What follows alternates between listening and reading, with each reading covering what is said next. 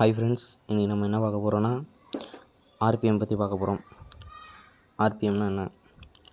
Revolution per minute. இப்போ நம்ம எதுக்கு ஆர்பிஎம் பார்க்க போகிறோம்னா, இன்றைக்கி ZX 10R பற்றி பார்க்க போகிறோம். 998cc inline 4 cylinder liquid cooled motor developing 200 BH at எவ்வளோனா 30,200 RPMல இவ்வளோ மேக்ஸிமம் பவர் ப்ரொடியூஸ் பண்ணுது. அடுத்து maximum torque 114.9 Nm at 11,400 RPM maximum torque இதால் ப்ரொடியூஸ் பண்ண முடியும். இதில் 6 speed manual transmission. Fuel tank capacity எவ்வளோன்னு பார்த்தீங்கன்னா 70 லிட்டர்ஸ். மைலேஜ் எவ்வளோ கொடுக்குன்னா 12 km.